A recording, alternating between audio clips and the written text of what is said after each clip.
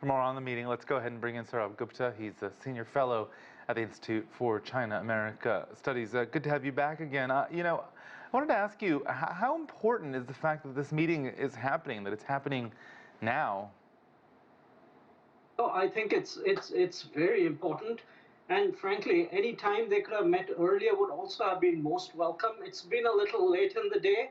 But let's also remember, during the Trump years, there was a very successful meeting in Mar-a-Lago in April 2017. There was a State Plus visit in November, in fact, at exactly this time of the year.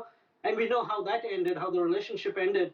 So we shouldn't get too many judgments in terms of how this relationship will go forward simply because this meeting has come so late this year. Based on some of the rhetoric leading up to this virtual meeting, do you think the two leaders will be able to carve a new way forward, a new tone in relations? I think they can, frankly. And I think the two leaders themselves already, to some extent, have. In terms of their February and their September phone conversations, they were pretty warm conversations. Both sides, I think, are trying to manage the politics of their relationship. Both sides are trying to ensure that the other doesn't get an advantage, a political advantage vis-a-vis the other. And therefore, it's been a little time kind of shaping up and getting into the meeting. But I think they can set a new tone, and I frankly feel that new tone is already emerging over the past few months. We've not seen any significant negative developments like we were seeing all throughout last year when Mr. Trump was in office. There is a floor to the relationship. We need to see how much progress upwards can be made, and I'm more cautiously optimistic in that front.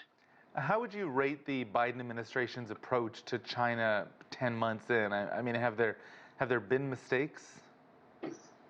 I wouldn't frame it as mistakes per se. As I said, they're trying to manage the politics of the issue. That's why they came in very heavy-handed at the beginning. But as we've seen in many respects, as you talked about, Meng Wanzhou is back. The genocide word is no longer used in the vocabulary. There is forward progress on multiple fronts, but we must also remember, coming up after this meeting, there is going to be the Summit on Democracies. Taiwan may be showing up out there. We will have a national security report. We will have a national security strategy report, a national defense strategy.